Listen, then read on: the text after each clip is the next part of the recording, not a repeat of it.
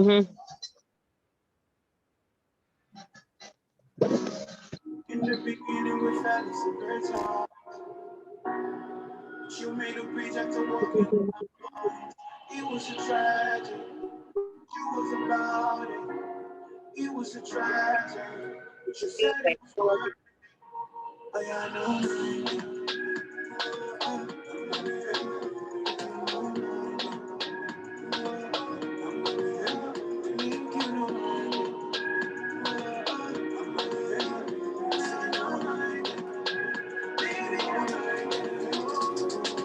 Come closer, come closer.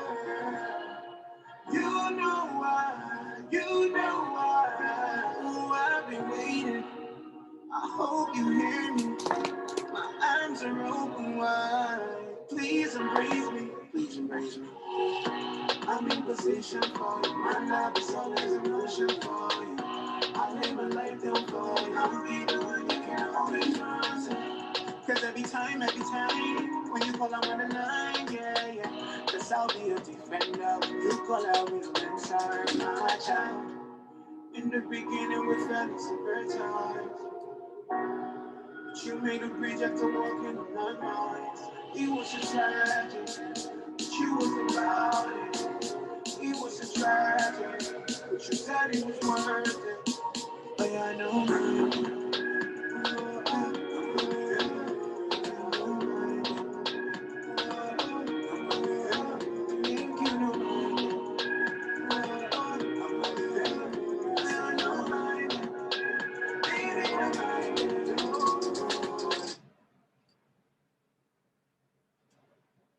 Hello, everyone. Good evening, good evening, good evening.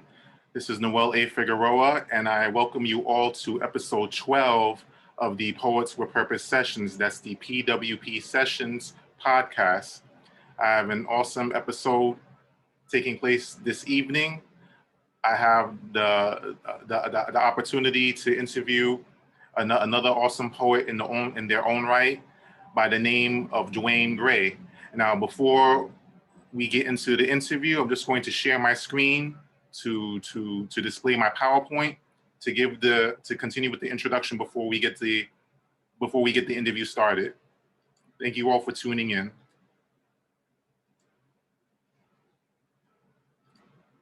Okay, so as I've mentioned, this is episode 12 featuring poet and author Dwayne Gray. Now, for those of you that are not familiar, the PWP Sessions, or the Poets with Purpose Sessions podcast, is a podcast where I have interviews with new or established authors of poetry and feature a performance of their work along with an audience Q&A session. I am the host, Noel Figueroa. I am a poet, author, blogger, workshop facilitator, and event host. I am the creator of the PWP Sessions. And tonight's host is poet and author Dwayne Gray. And this is a bio I'm going to share with you about him before we get started. Dwayne Gray was born in the Caribbean in the Twin Island country of Trinidad and Tobago in 1980. At the age of 19, in the year 2000, he migrated to the United States of America to finally reunite with his mother after 12 years of being apart. She had left him and his younger sister to afford a better life for them. 1 year after arriving to the States, he joined the U.S. Army, where he served as an infantryman, then artilleryman, between active Army and Army Reserves for 11 years. He has been on 3 deployments, 2 of which were combat related, and 1 peace mission. He is now a veteran, a father of 2 girls, a husband, a son, and brother. However, he has been a poet since the age of 13, when he discovered his talent. He now wishes to share with the world his talent, which he has used for so long as his personal outlet of expressing the joy, pain, anger, disappointment, and thrills of his life. Most of all, poetry has been his secret place to escape trials in life, a way to scream and lash out, screaming with the heart, not the voice, and lashing out through writing all the heart screams. His poetry aims at relating to anyone who reads and showing the world that there is no experience, good or bad, that is new under the sun. None should feel alone in whatever feeling their heart cries. Accomplishing this has been his dream for a very long time. Now, Dwayne Andre Gray is the published author of 4 books of poetry on Amazon: Mirror of Poems, published in 2017, Poetic Colors, published in 2018, Feeling is Believing, published 2019, and finally, but not the last, his most recently published late last year in December of 2020, Where We All Meet. He intends on publishing as long as inspiration keeps coming his way and hopes that they help to contribute to a better world one day, reader by reader. Now, without further ado, ladies and gentlemen, I'd like to introduce poet and author Dwayne Gray. Hey, Dwayne, how you doing? Good evening. Hey, how you going, sir? How are you going? I'm doing great, man. Thank you for being a guest on my show tonight. How are you today? I'm okay. Taking it easy. Excited about this. Grateful. Thank you. Awesome. Glad to have you on my podcast, man. Right. I'm going to start off with a simple question, like I've done with my previous guests. Now, when the question posed is, who is Dwayne Gray? How would you answer that? How would you describe yourself? I'm a simple man. I'm a simple man. I don't want any too much praise aimed in my direction. I usually redirect it to the books. But I think I'm just a simple man. I'm a husband, like I said. You know, I'm a poet, father, son, brother, veteran. You know, and I'm good with that. My aim really is to try to get this word out there, this motivational, you know, these motivational poems out there, right, to the world. But as far as I, you know, you just look at me as a poet. I like to be known as a poet. Now, when did you begin your poetic journey? Like, what was your inspiration to begin writing poetry?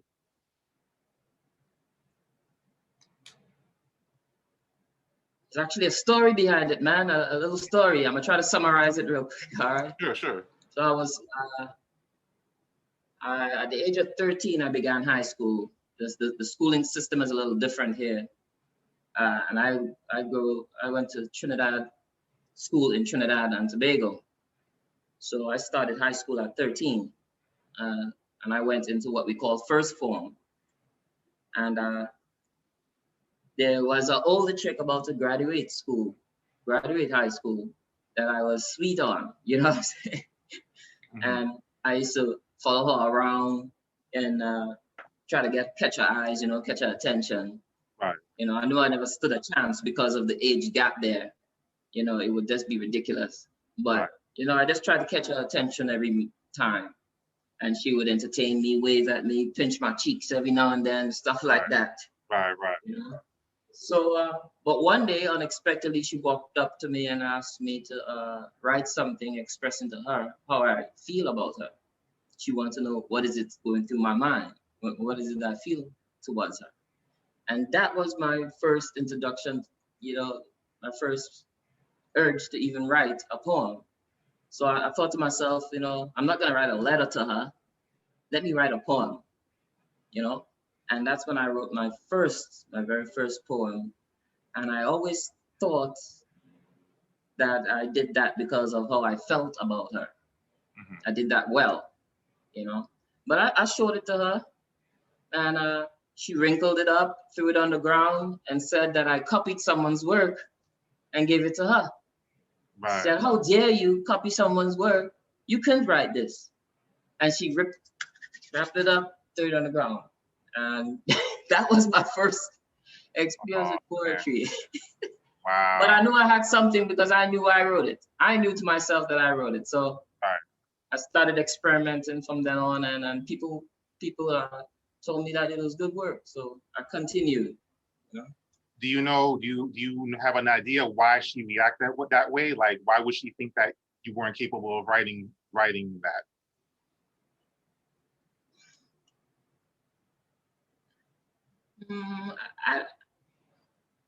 Maybe it sounded too mature for her, I guess. Maybe she thought a kid shouldn't be writing on that level.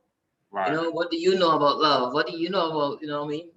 So right, maybe she just dismissed it as, you know, he's a kid. He can't know what he's talking here. He had to copy this from someone, you know? Right. I have no idea. I never got an explanation.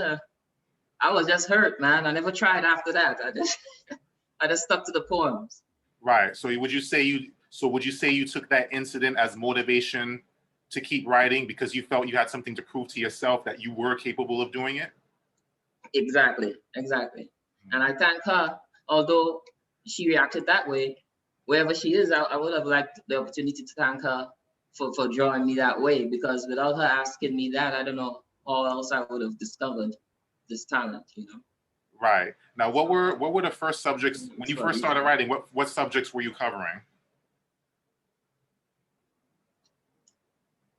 Well, it started as therapy because fighting in school wasn't working out pretty well for me. I was a little skinny guy in school. Fighting wasn't cutting it for me. So I started to use pen and paper as an avenue of just a vent, you know, whatever I was feeling, especially when I'm angry or pissed about something, I'll Right. vent that way. And I found that I felt better after getting it out on paper. So I used it for all my emotions. If I'm happy, I'll put it out there on paper. If I was surprised or embarrassed, I'll put it on paper. I just enjoy that method of venting versus going out there and getting into trouble or, you know, fighting with someone. It was less damaging. Right. Right. Yeah, Now, yeah. from the time you started writing up until now, like who or what would you give credit to helping you develop your own, your own style of writing? That's the thing about it is I had no encouragement really as a child growing up in Trinidad and Tobago in the kind of society. It was a very poor society there. You know what I'm saying? Nobody's thinking about no books. Books is the last thing on anyone's mind. You're thinking about how to get the next dollar. Right.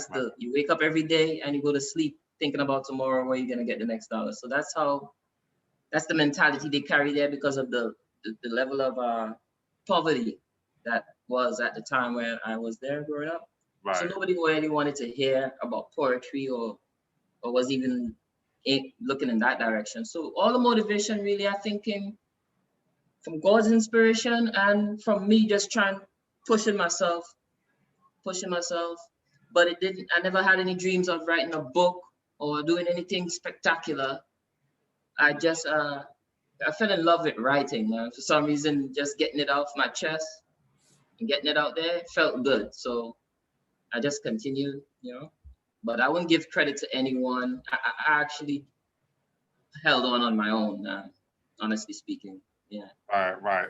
Right. So you more or less self-taught, right? Would you Yes, say yes. so? I never went to school for it or anything, any class or Right. any encouragement, nothing like that. So, Right. Yeah, that's awesome because that's kind of my experience too. I didn't go to school to learn how to write. I didn't take any special classes. Everything that I write has been God given.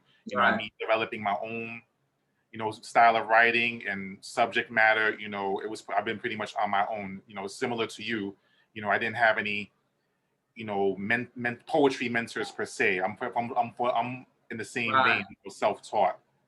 But that's how it's God. God gave you the Relate. ability to So write you can for a reason, relate. and He set it up purposely that way so nobody else can take the credit for it.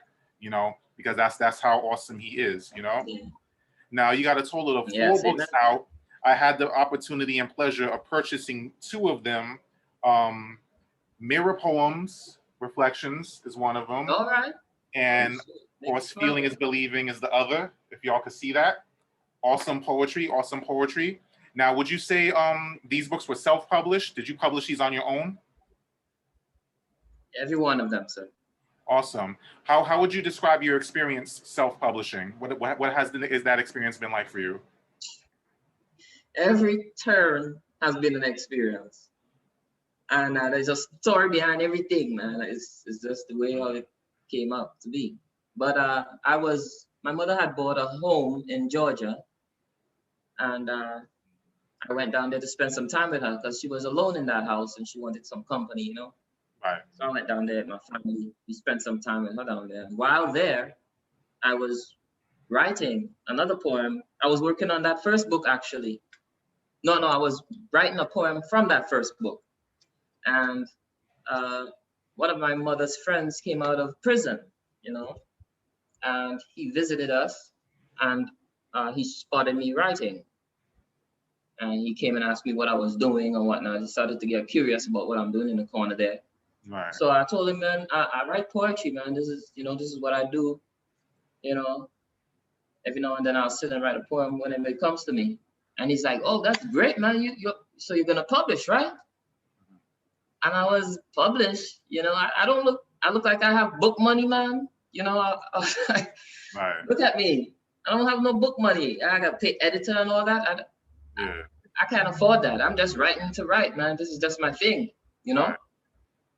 And this was in 2017, early 2017, and he was like, "Are you serious?" Because I gave him one to read, and he read it, and he was like, "This would be a waste of talent to just be sitting on these. You telling me that whole garbage bag is full of poems?" I'm like, "Yeah, I just put them in that bag. They became out of control. I had a garbage bag full of poems, man." Wow. Wow. So he was like, "This is all poems?" I was like, "Yeah." He's like, "Man, you need to make a book. You're cheating yourself. I just came from prison. I wish I had your talent. Like you have it and you're not using it, and those who want it don't have it. So I was like, oh, I took his advice seriously. And he was like, let me show you something. You don't have to spend a dime. Once you know how to read and write, you don't have to spend a dime. And he flipped open my laptop and he put me onto CreateSpace. I never knew about CreateSpace. Back then, CreateSpace is no more now. We Right. merged it with KDP. Right. So that's when I got introduced to CreateSpace. But he didn't know much about the maneuvering of it because he never had experience with it. He just knew about the site.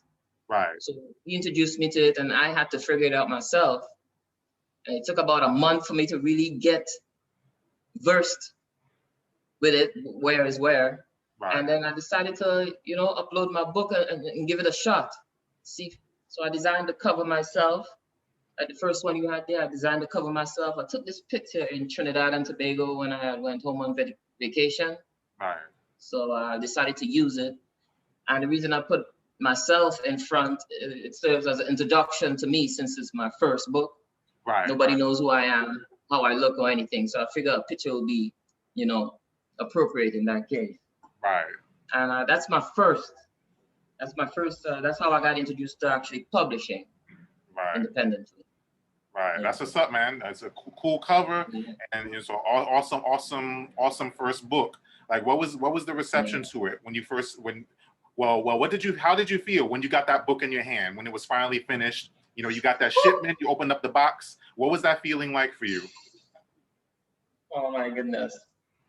I ordered the proof copy, right? And my mom didn't know that I published yet. I did it quietly in the house there. I told her friend not to mention it to her, because I wanted to surprise her. And the proof copy came. I showed her. She was thrilled about it. But I don't think anyone was as thrilled as myself. I was really glad. Every day I would look at it and I wouldn't believe that I did this, that this is my book, So I was really proud of it. This was one of the biggest of the few accomplishments I've had throughout my life. This one was a pretty big one for me, and it showed me that, I need to look into things before assuming, because what held me back was just assuming that a book will cost too much. Just assuming. I didn't even try before assuming that. It just seemed like, books cost money, making a book must cost money. Right. So I never tried. So that changed in me. I was really glad about that. And I was excited about the book, period, man. I just wanted to do another and another and another. Right. That. Yeah. Yeah, that's what's up. Do you what authors would you say inspired you? Like what poets grab your attention?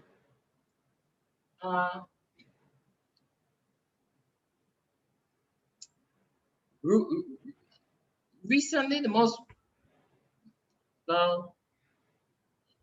honestly, not other writers, but music. Strangely, because as you know, music and poetry is closely related. Right. I believe that poetry is the raw form of music. That's how I look at it. Right. So I listened to a lot of music, and from an early age, I always liked to rhyme and play the rhyming game. That was one of my favorite games, you know. So as far as uh, reading anybody's work, not really. You know, I read one or two when I was younger. Can't remember the author, but I remember their poem. But I can't really remember the author. I Right, remember the poems really, and but mostly music, I'll say. And right. I went to church a lot. I went to church. I was a Seventh-day Adventist coming up, Mhm. so the hymns, the hymns that they sang in the church were really poems. I Right, noticed that they put a right. little beat to. True, true. So, you know, I noticed it in everything after a while. And I think that was kind of a motivation, really, but not really reading anyone else's work much. Right. Right, and there's nothing wrong with that because we all get inspired differently. Some from other people, and like you said, we can get inspired from music too. There's tons of possibilities to draw inspiration from. So there's nothing wrong with that. And Yes, and yes, and that yes. being the case, like what as far as music, like is there a particular style of music or artist that you say inspires you? I listen, I know that it might sound weird. I like Jill Scott, Hmm. Erica Badu. Yeah, yeah. When it gets to rap, I might listen to some Nas Right, or Tupac or Nipsey Hussle, the late great Nipsey Hussle. right, right. But I love more than any of them. I love Bob Marley, man. Bob Marley was one of my greatest inspiration Right, right. in music Yeah, yeah. coming You up. you mentioned some heavy Yeah. hitters, man. Those are some heavy hitters. You know what I mean? No question. Oh yeah, That's yeah. what's up. That's what's up. Are there any subjects that you gravitate to more than others when you're writing, or do you feel like you have a balance of subjects? Honest, you see, that's the thing. I doesn't mean I don't think I'm part of that. I don't think I'm part of that uh, decision really. Hmm. Honestly, I don't think I'm part of that decision because as it comes to me, I'll write. You know, Right. I'll give you an example. One, I was walking on the street one day and I saw these guys. I'm in my raincoat. I had an actual raincoat. I was younger. I had a raincoat. This is about 5 years ago, and I saw two gentlemen, approaching each other in the rain, and it appeared that they knew each other. You know, they haven't seen each other for a long time, and they started standing. They were standing in the pouring rain, getting soaked, and just, you know, conversating with each other in an Right. exciting manner because apparently they haven't seen each other for a while, So they was like all excited and they forgot about the rain and where they were going and just started talking there. And just looking at that inspired me to write, and I wrote about the situation as it happened. I Right. wrote about what I saw, what I witnessed, you know, and so that's how it happens. I'll see a kid riding a cycle in the road, and they might fall, and something will come out of that. The weirdest things, And I always wonder if it's like that for other poets. I'll be watching a movie with my wife, and I'll get inspired about something I see there, and all that will be on my mind is getting this poem out of my head before I lose it. Because sometimes you lose it and you can't get it back. So I Right. started I'll go with pen and pad and I'll jot down something that will bring me to that memory back again, so I can write on it. Right. But it happens as I go throughout the day, man. It's on without warning, and it's no particular thing or area or this. I don't have to be doing anything in particular or place myself in a particular environment or anything. It just comes to me and I just get it out. So Right. it's not that I write about a particular thing. It's that whatever comes to me, really, from deja vu to death or happiness or whatever it is, you know, I write about it. And I try not to stick on a certain area because people get bored. You write a whole book about the, sorrow, loss, and stuff. Mhm. You know, that it's kind of depressing to me to read a whole book about, you know, sad stuff. Right, So I right, try to mix it up, you know, mix it up everywhere so you don't get too bored with the book, you know, right, reading. right.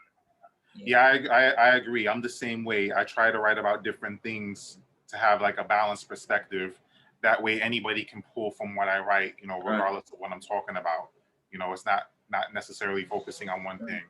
And then that's what's up. Right. That's definitely a plus Yeah. when you're trying to engage people with your work. Now, now Yeah. you hear a lot of talk about representation, right? There's a lot of discussion about representation, making sure people are represented, you know, for who they are and what they stand for. Now, how important is it for you to make sure that you're fully represented in how you write? Like, whether you're representing your race as a black man, or you're representing, you know, where you're from, you know, your country, you know, where you're from, whether you're representing your religion, if it applies to you. You know, how important is it for you to make sure that you're representing yourself in your totality, you know, representing yourself completely as who you are? Okay, well, that's a good question. Well, poems, as you know, are very revealing in Mhm. nature.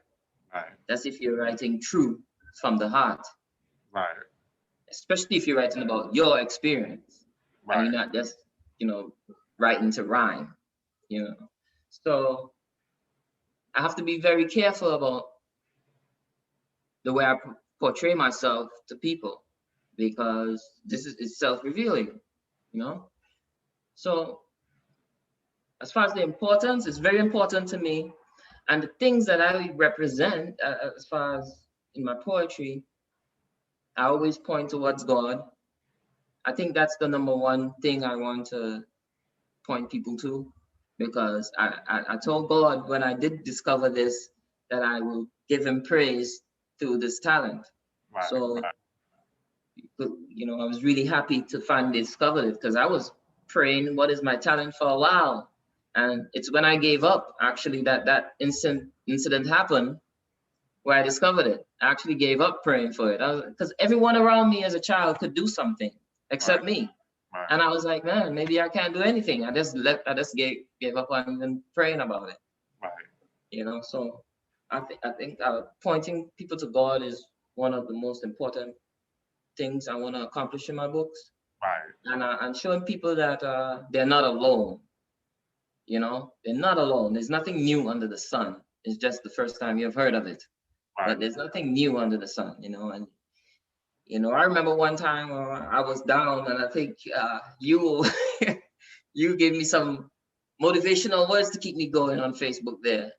You know, I think we all enter spaces like that where everything seems dim, right, and we need to lean on someone every now and then.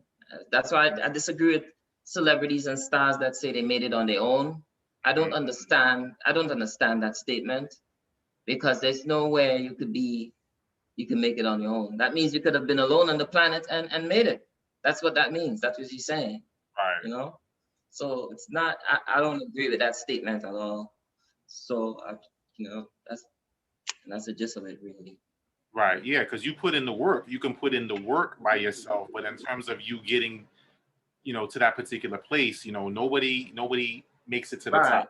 Somebody had to help you get there. You On know, their and own. I agree. I agree. Yeah, You know, somehow. not being self-made, but Yeah. that's only Like, true to a degree because you can't do everything by yourself. At some point, you have to ask for exactly. help, and and it's very important. You know, like you said, you know, we all get in a low place. You know, I've been there. That's how I was able to share with you because I've been where you've been. You know, I felt what you felt before, like, you know, questioning my purpose, you know, wondering if anything I did matter. But then, you know, God Right. will send somebody or something to remind you that he cares and that he has purpose for your life. You know, he gave us, each of us, a gift and a talent for a purpose, and he's not going to let that go to waste. So he'll always send you someone or something Exactly. at the right moment to remind you of your worth and of your value and why you're doing what you're doing. So it's awesome that you Yeah. can experience those things and put them on paper because that's a testament to help somebody else on their journey. You know, and it's Exactly. Yes. Exactly. You can do that. You know, which leads me to this segment in our interview. I'm going to share my screen again. Just a moment. Okay, ladies and gentlemen, at this time, it's time for Dwayne to take the mic. Dwayne, at this time, you are free to share up to 5 poems of your choosing, so you can give our audience tonight an idea of your writing style and the subject matter that you cover. So at this time, the floor is yours. Okay. All right. Welcome everyone that joined. Thank you for being here. Firstly, I appreciate it. Well, since I like to redirect everything to God, it's only fitting to start with this poem that I wrote. It's called I, and it's from my first book. I'll just read one of each poem, one poem from each book. Just do it that way. So from the first book, I, the poem is entitled I. I'm going to recite that one. I try to serve my Lord sincere and carry him with me everywhere. Whenever I achieve something high, I tend to say, my God and I. But it was soon when I got to see that those achievements were not of me. So now I speak in a more humble tone. Not God and I, no, God alone.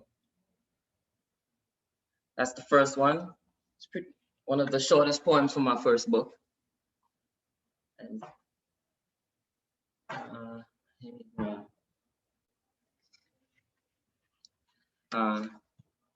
First book, Mirror Poem, for those who haven't seen it yet. And my second book, Poetic Colors. This is one of the 2 covers that I have. I'm gonna read this one. I meant that. Talk about that.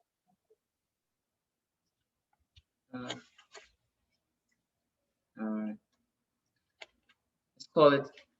I'm gonna read the one entitled Success.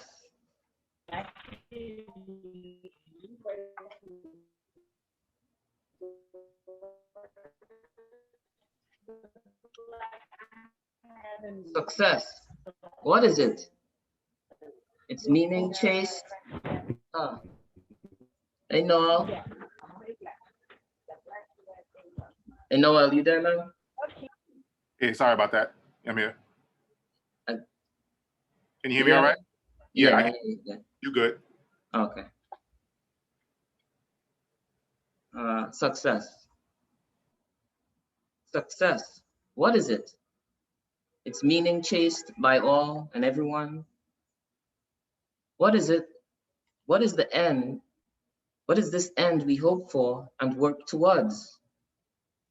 There have been stated many definitions, but we haven't chosen anyone.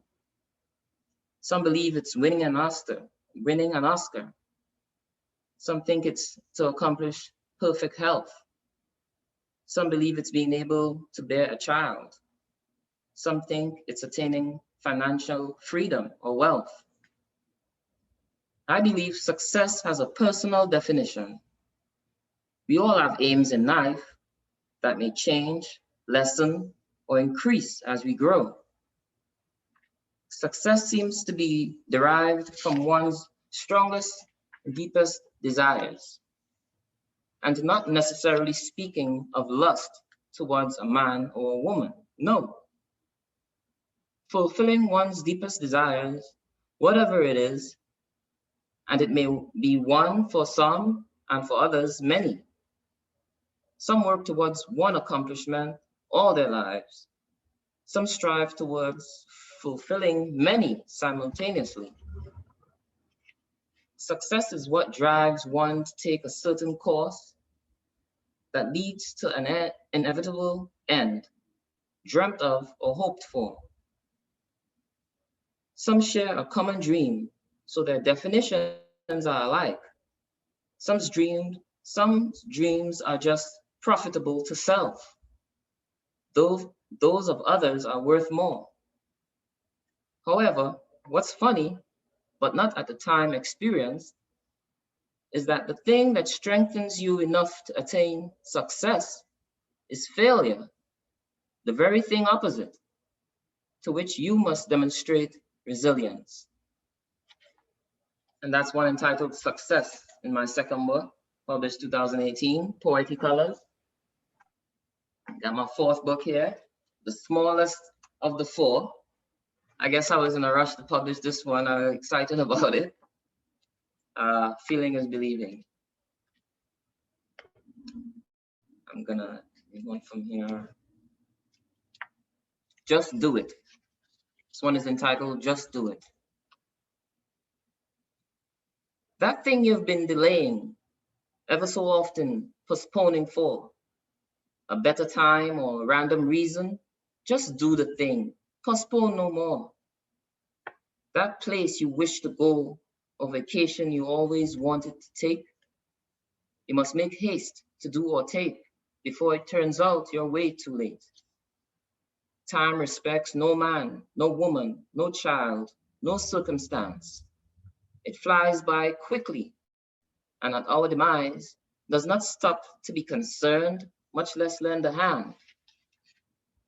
Don't cause your plans to become wishes, then eventually dreams. Make those plans reality. Make stories of your wishes instead of dreams. Just do it, guys. From Feeling and Believing, my third book.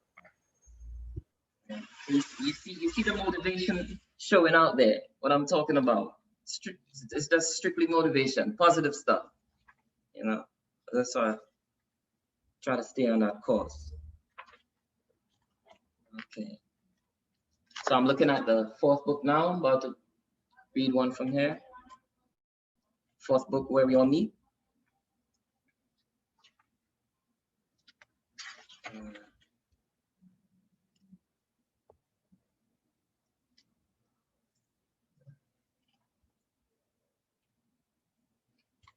Place of Peace. Place of Peace. I'm going to read this one. It's entitled Place of Peace.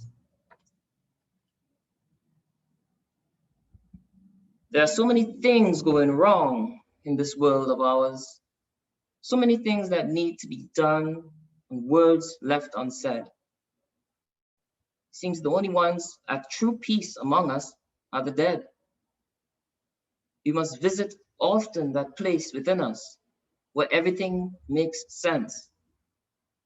There we'll find the closest thing to peace, where hidden secrets unmask their faces and come out of their secret places to roam free. Both the decorated, pretty lies and the ugly truths live there in peace together. The only enemies of these two are either God or the devil. However, in the mind, there is constant moral war between right and wrong. But the heart is the one that has the last say. Before it's too late to ask questions, you must make up your mind and ask yourself, am I for truth or false, right or wrong? Am I living for eternity or just for today? And that's called Place of Peace. And I would like to recite off the top of my head one of my favorite poems. And I wrote it when I was 17 years old. I remember where I was and what happened for me to write it and everything. So I'm gonna write this one. It's called My Predicament. Thank you, thank you. It's called My Predicament. Just what type of girl you call best in the world? What girl would you class as your love? Is it one graceful and kind, one with a rational mind, or one so pompous she thinks she's above? Well, here is something for you. If there's nothing to do, hear of this one girl for a while. Nowhere else can there be such a damsel as she, with her beauty and elegant smile. One thing that I mind is a fault that I find. She enjoys but by me to be touched. I was surprised at the way such beauty could display discomfort when at me she watched. She has heart as a bear, but a love she won't share. For my love, she alone is my choice. I would tell of her face, had I time or the space, and her undoubtedly beautiful voice. I could tell you for days of her sometimes good ways, but I now regret I must stop. Remember me, I say, when you kneel down to pray. At her love, I'll never give up. And that's it, guys, my predicament. No longer. I finally married her, so she's my wife now. For 14 years, 14 years going strong. Awesome. Congratulations. Yes. Bless God on that. And that awesome poetry shared, man. Awesome poetry. Thank you for sharing your heart. You know, you take a look at the chat. You're getting mad love in the chat. Folks showing you love and appreciation. Appreciate you guys. I appreciate you. I see you. Yeah, great. Very encouraging, very inspiring work, man. Thank you for sharing. Now, at this time, I'm going to share my screen again, because at this point in the broadcast, we're now going to go into the audience Q&A portion. So at this time, ladies and gentlemen, if you have a question or a comment for Dwayne Gray, you know, feel free to unmute yourself at this time and share your question or comment.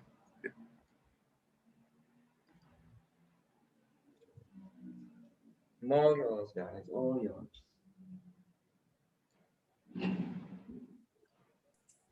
Oh, hi, good evening, Dwayne.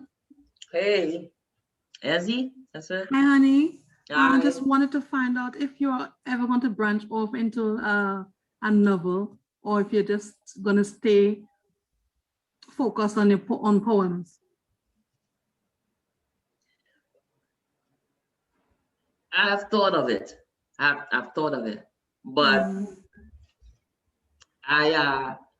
I'm more on the side of expression. So I think poetry is more appropriate for me.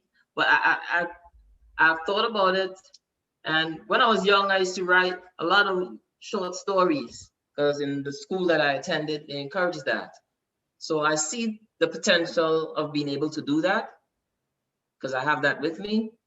But I tend to entertain poetry a lot more. So, but I think that could happen. I wouldn't put it past me. I might be off into that in the future. It's not written in stone. I won't. Thanks for opening up. Thank you. Thank you. Hey, Ezzy, thanks for that question, and thank you for tuning in.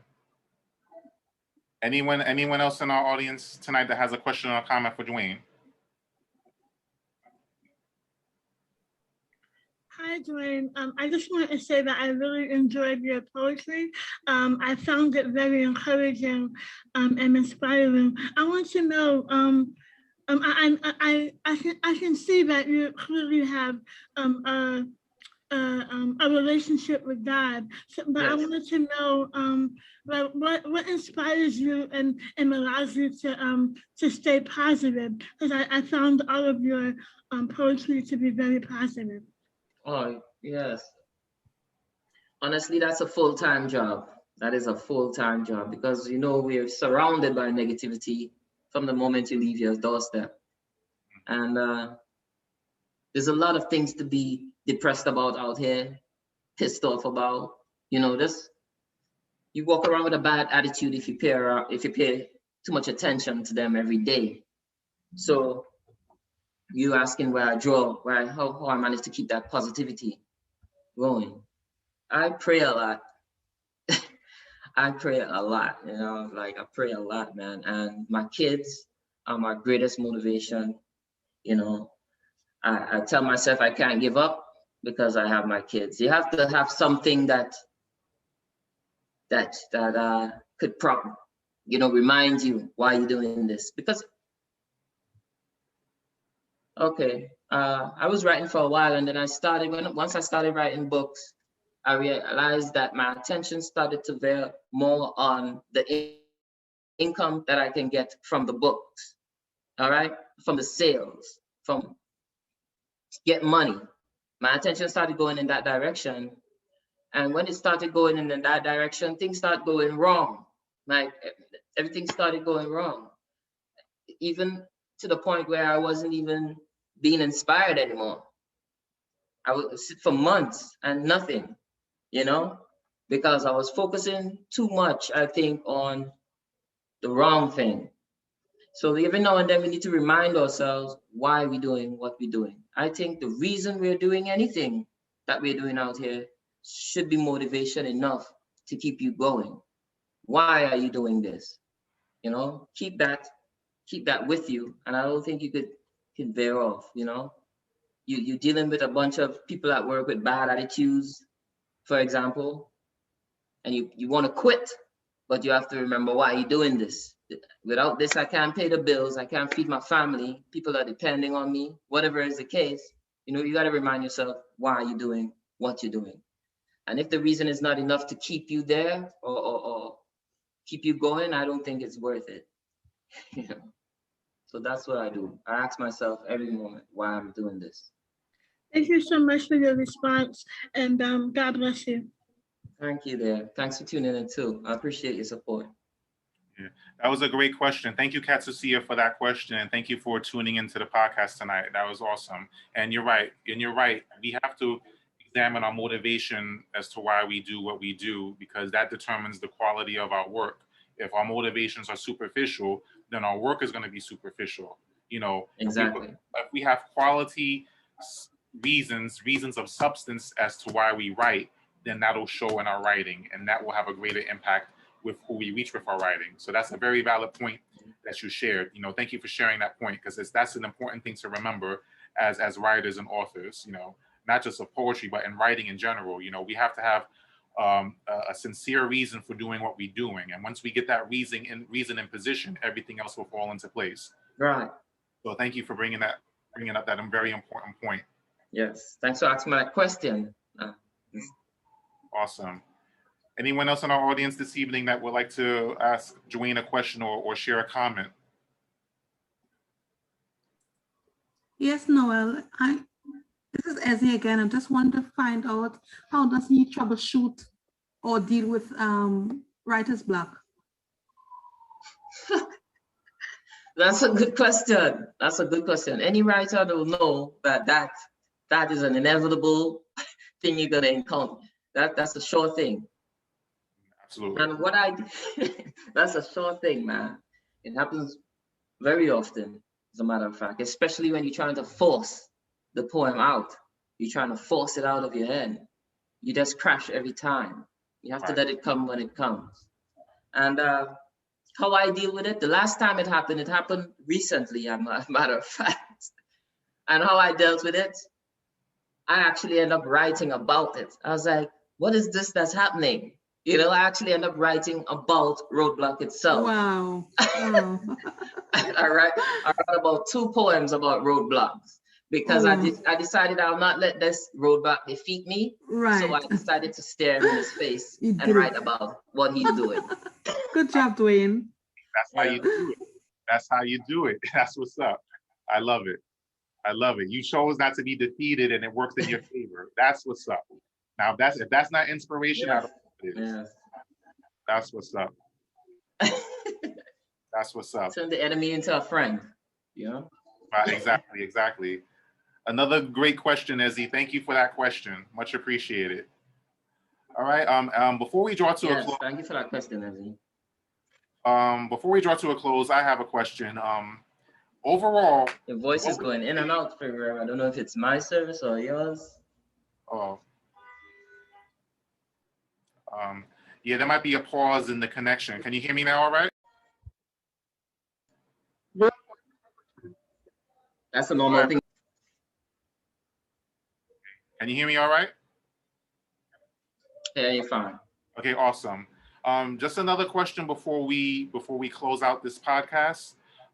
What would you say you would intend to accomplish with your poetry? I think if you, with anybody, if you put positive, negative or positive in their faces long enough, it will condition how that person thinks.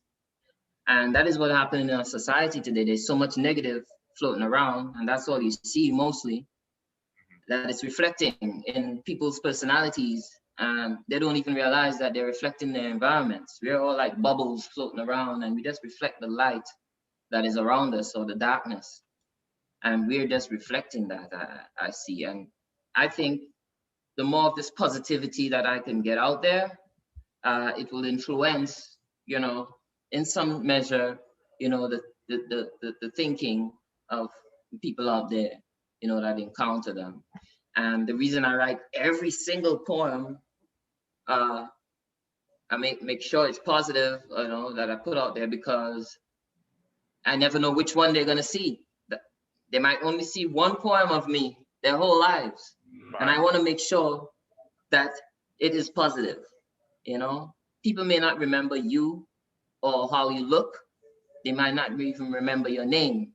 But what people remember about you, the lasting thing, is how you make them feel, how they felt when they were around you, or how they felt when dealing with you in whatever manner, whether it be reading a book or in person, or music, whatever it is that you're dealing with. How did you make them feel? And if I write a whole book of negative or depressing stuff, and that happens to be the book that you get, every time you hear Dwayne Gray has a book, you're gonna get depressed.